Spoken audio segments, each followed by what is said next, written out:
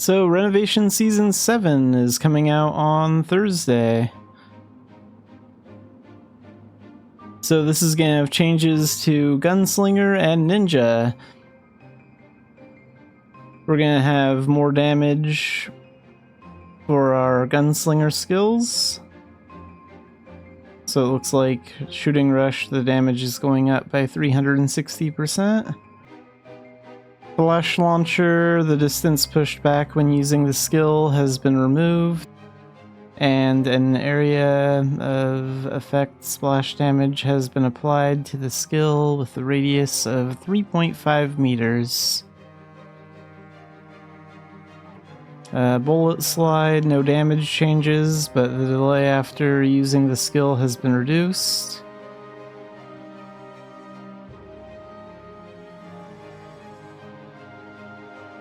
And Bullet Storm does more damage.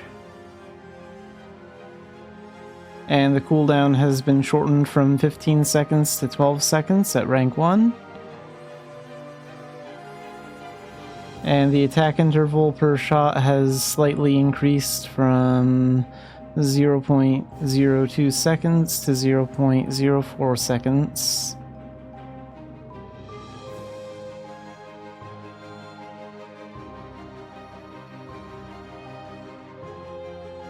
So this is a big one for Way of the Gun. It'll now do 30% damage instead of 15.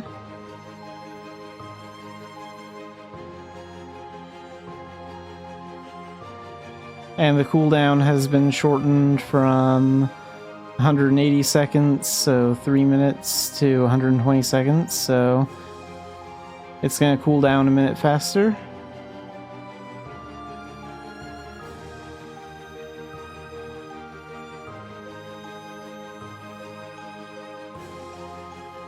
And damage goes up for Ninja. The range has been increased by 1 meter for the Shuriken charge.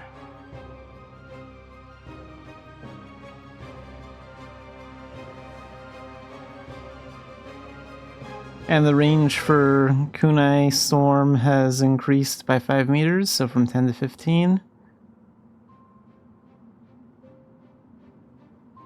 Lots of changes to Explosive Kunai. So 10 more meters of range. Windcast. The distance between each kunai will adjust to be farther apart. The farther the skill is from the character.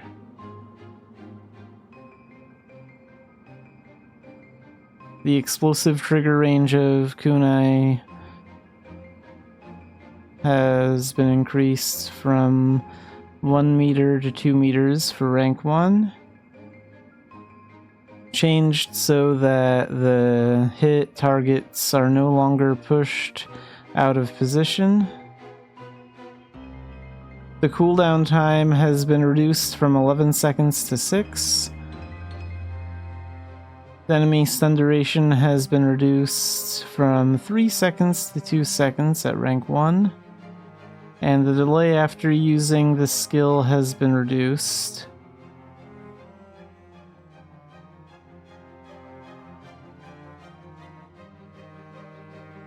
Smoke Screen, the range has been increased from 10 meters to 15 meters at rank 1. The delay upon using the skill has been reduced. And Soccer Abyss, so the cooldown has been reduced from 300 seconds to 60 seconds at rank 1, which is pretty big. And now we have other quality of life improvements, so partners.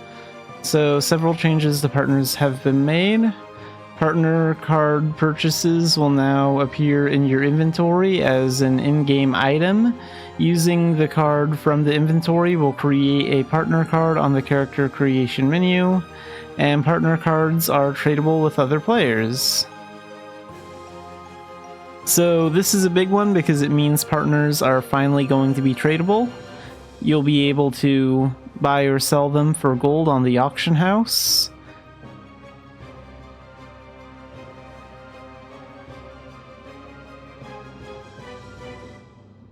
And you don't even need a pet medal to do it because they're not pets. You'll just be able to sell the inventory card.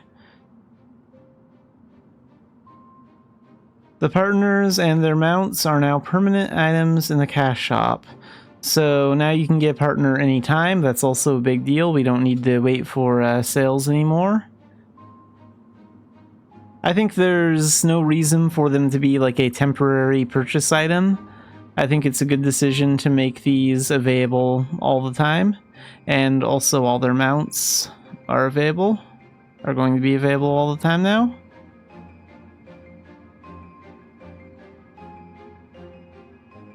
Equipment items by partners are no longer bound and can be retrieved by the player without the use of a partner trade unlock potion.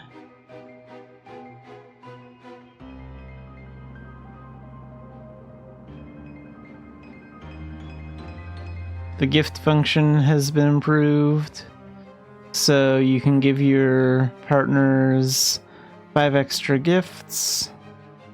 Partners have been given a partner exclusive tab in their shop containing partner age potions and homestead partner basic motion card boxes. Partner age potions do not reset on Saturdays. So you can now change most partners' body type and height. A partner's weight, upper body, and lower body can be modified similar to a player's body through the use of the hot springs or using food items. A partner's height can be modified through the use of the partner age potions. The William and Commerce partners cannot have their body type or height modified. So yeah, that doesn't work on Commerce partners. And partners can also sit with you if you're using a multi-person chair now, which is pretty cool. You can right-click your partner and select Sit Together. And some partners' dialogue has been updated, and you can disable basic interaction with them to hide their speech bubbles and dialogue. And the party system is also getting an update. So the party creation menu UI has been updated. So this is what it looks like now, and this is what it's going to look like after.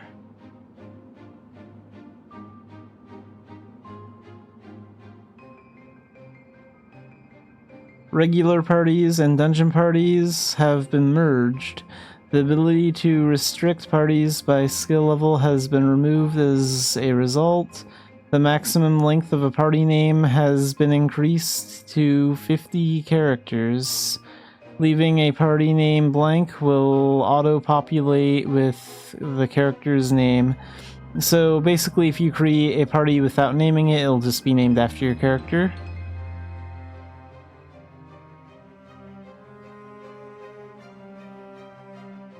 The party menu UI has been updated. The wanted button has been renamed to recruit locally. The recruitment notice above your character will no longer expire. The wanted party recruitment messages no longer appear in the party chat. The width of the UI has been expanded for better visibility of text. That's good. Added new functionality buttons, so recruit on party board. Added new functionality buttons, so recruit on party board. Adds removes your party from the party bulletin board. Move to designation teleports you to the predetermined location. And recruit using a bugle.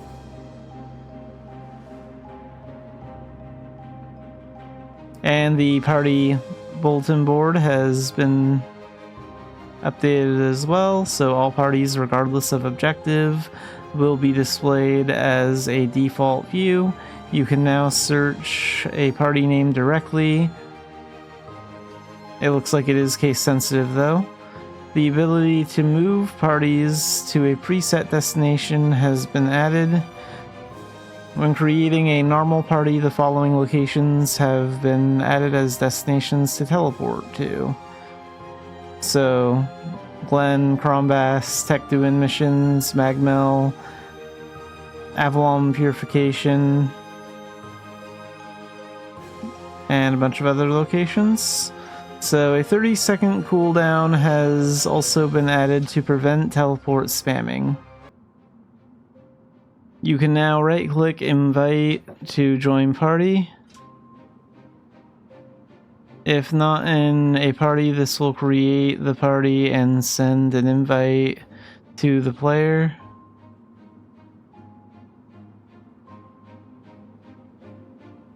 Okay, so if you want to recruit someone, you can just right-click them and collect invite to join a party if you have one, and if you don't, then it'll auto-create a party for you.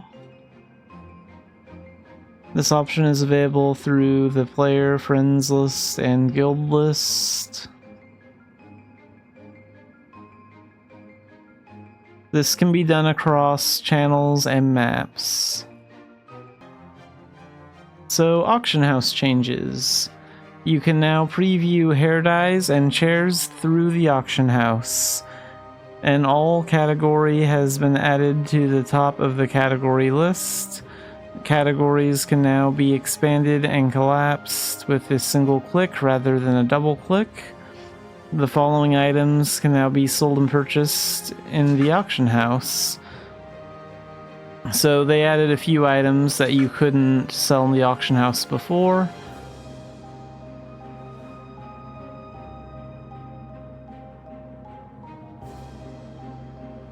And yeah, I'm a big fan of being able to preview chairs through the auction house. I think this is something that's long overdue.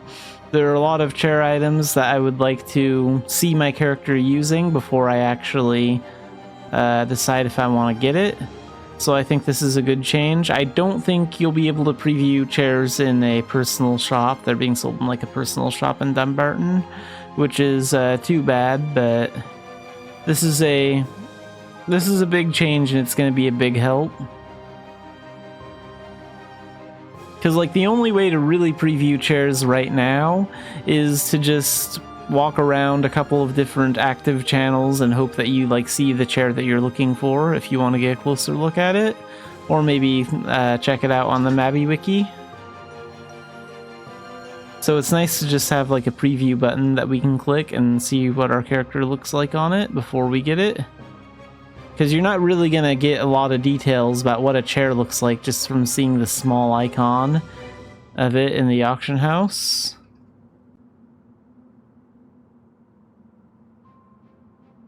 So, fantasy life changes. Keyword highlights have been added to the chat menu options. So you can do this by going to Options, Social, Chat, Manage highlighted keywords. So this is pretty cool, should make it easier to keep an eye on certain things in your chat. And your chat log history will not reset upon changing channels. I wonder if that applies to private chat windows. Like when you're private messaging someone in the separate window, I wonder if that chat history will still reset or not.